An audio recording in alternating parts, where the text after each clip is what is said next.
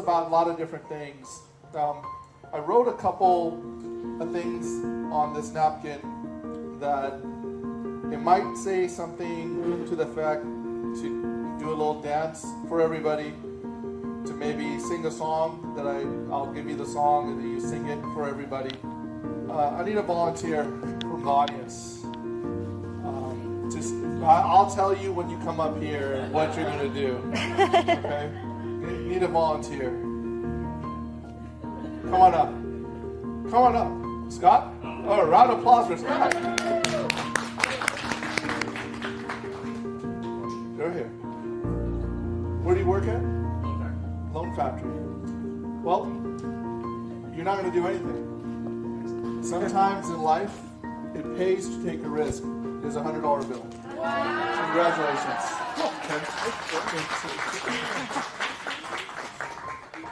That's the interesting thing about life, right? Is that many of us, we go with life out of fear. Fear of how we look with people. Fear of, hey, what if it doesn't work out? Average human being lives till 78 years old. 1/3 of your life, you're sleeping. You don't really have that much time on this planet, and that's assuming nothing crazy happens to you where you get hit by a car or something goes away. So you have a short window of opportunity. And it's what you do with that opportunity that changes everything for you, or it doesn't. But the problem is our beliefs are all stuck in certain aspects of our life. When you look at the word belief, right smack in the middle, it says lie. Many of the beliefs that we have inside us today are lies. How many of you remember back in the days when they told us that Pluto was a planet? Right? Now it's no longer considered a planet. But we would have fought anybody who would say, yes, it is. We would bet our house it is. So first step of changing your beliefs is to understand that you might have some beliefs today that might not be true. Right now the biggest challenge is, I can do this, thank you, it's already working. Right now the biggest challenge is out there is that people are scared. The market's crazy. Oh my God, Sam, I can't do any business in this market. But you have to ask yourself, the question is, the people that say they can't do business in this market, they don't even have 1% of the market share. Like, for you to complain that the market isn't there and there's a lot less deals, you would need to have 50% of the business in your market. Then you can say, hey, business is hurting me. But if you never even had 1%, how could you be there just talking? The pie could be smaller, but you can get more pieces of the pie, yes or no? But the most important piece you have to understand is that when a sailboat is in the ocean, winds can change.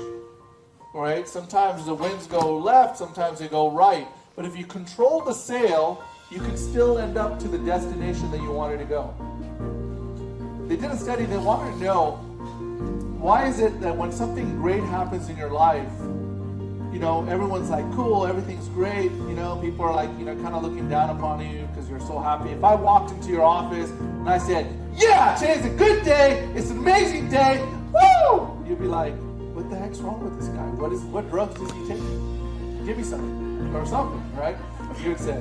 But if I walked into your office and I walked really depressed and sad, you say, hey, Sam, let's go to lunch, let's talk about it. Let's go to dinner.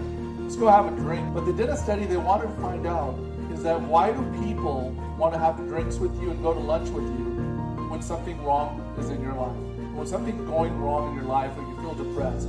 They found that when people are sitting in front of you and they're listening to your problems, they're thinking to themselves, thank God my life is not screwed up as hers. Tell me more.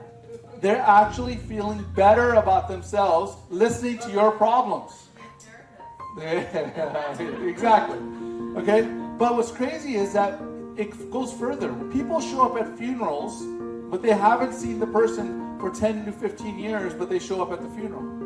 What they found was when people sit at funerals, they're saying to themselves, life is precious, I gotta have more time with my family. They're sitting there, but at the end of the day, they have one person in mind, that's themselves. Okay? But what's interesting is that when you see people go to a game, 49ers game, right? They're like, yeah, woo, we did it, we won. Have you ever asked the question, what the heck did they win? The people on the team made the money. People that own the stadium made the money. Vendors made money, right? What the heck did you paint your face for with all that passion? What the heck did you get? Imagine if you had that same passion, same excitement in your own life and your own business.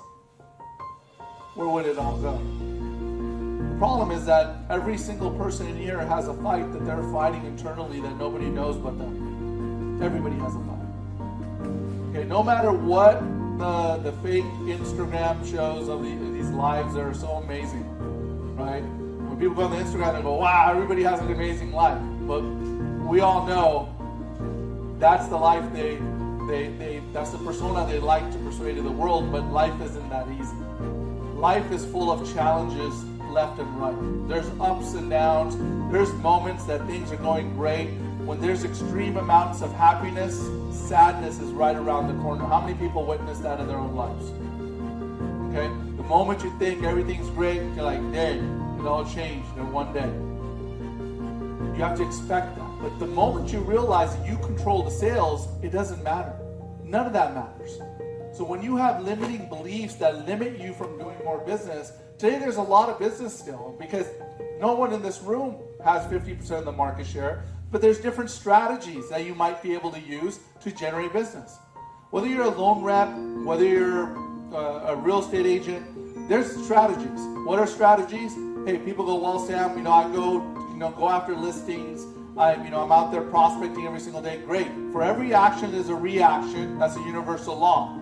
But there's strategies, right? Maybe going after divorce attorneys. Well, why 52% of marriages end up in divorce?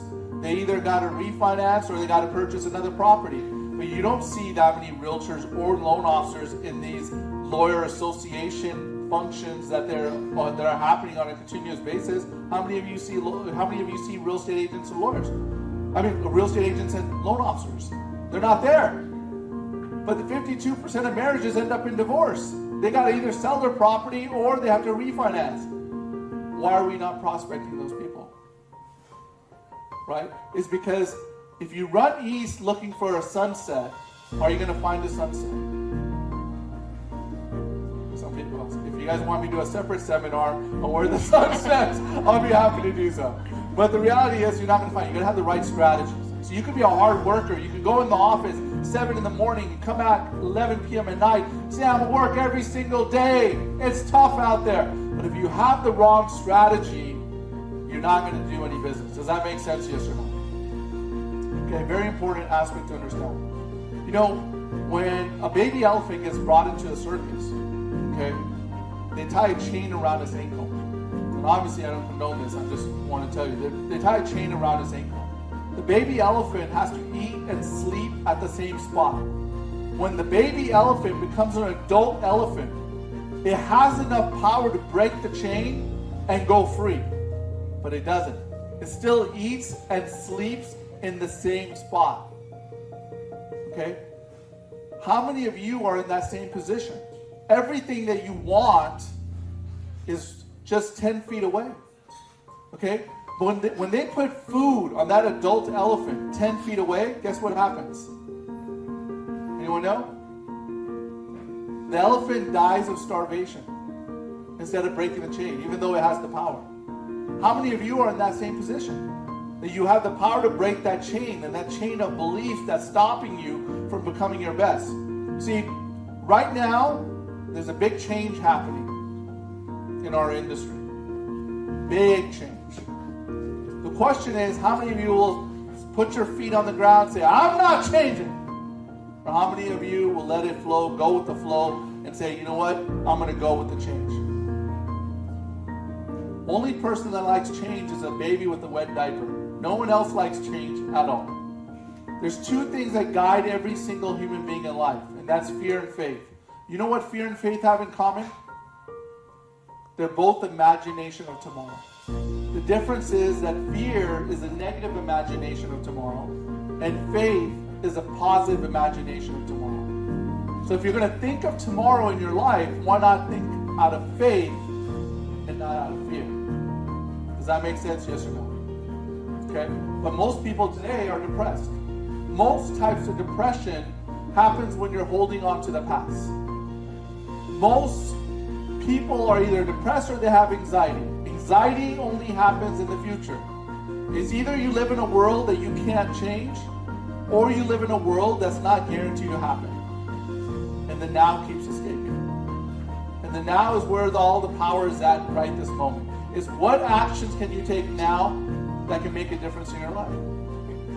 So, as Morgan, this amazing AI that you're going to hear about in a moment, you're going to get some details, and you're going to learn how powerful this new tool is that changes everything in the industry. But it requires you to open your mind and say, hey, I'm ready to change. Not saying, hey, I got my HP calculator, I like doing it the same way every single day. My history in the loan industry, I was the number one loan officer in the country at one point in my life. Maybe you can call it a has-been. But I used to do about 75 to 85 purchase money loans a month. And doing it at that level on a consistent basis, I got my business knocking on apartment complexes, figuring out divorce attorneys. I figured out different techniques that I wanted to utilize because I thought to myself, if I wanted to be the mafia of the industry, I got to have the buyer. So I'm like, hey, why not mimic myself as top buyer agents and get the buyer and then look for top agents and refer the business. That was the mentality that I used, because if you get the top 5 real estate agents in a real estate office do 95% of the business, right? If you do what everybody else does, there's no reward in that. You got to find strategies that are a little bit different. And you got to go after where the business is at. First-time buyers, when the market rates are really high, it doesn't matter. A blue-collar worker is still going to purchase a property. Okay, they might have to do a 2-1 buy down, 3-1 buy down, but they still need to purchase a property. That's the thought process. So Morgan, was created to where you're able to basically qualify anyone. If you have a bunch of tax returns, you have a bunch of W-2s, you're like, hey, Sam, I just want to get this qualified. You upload it to Morgan. Morgan figures it out for you and tells you, here is the highest income that you get. Here's what he qualifies for. Bam, you're done. If you have K1s right now, you have to analyze them. How long would that take you guys? Right? It all takes care of it for you. It could run credit. It could give you updates on appraisals. It can do everything for you. Let's have a little fun thing to do right now. Why don't we just go? Everybody go to usemorgan.com, and as soon as you're there, press engage.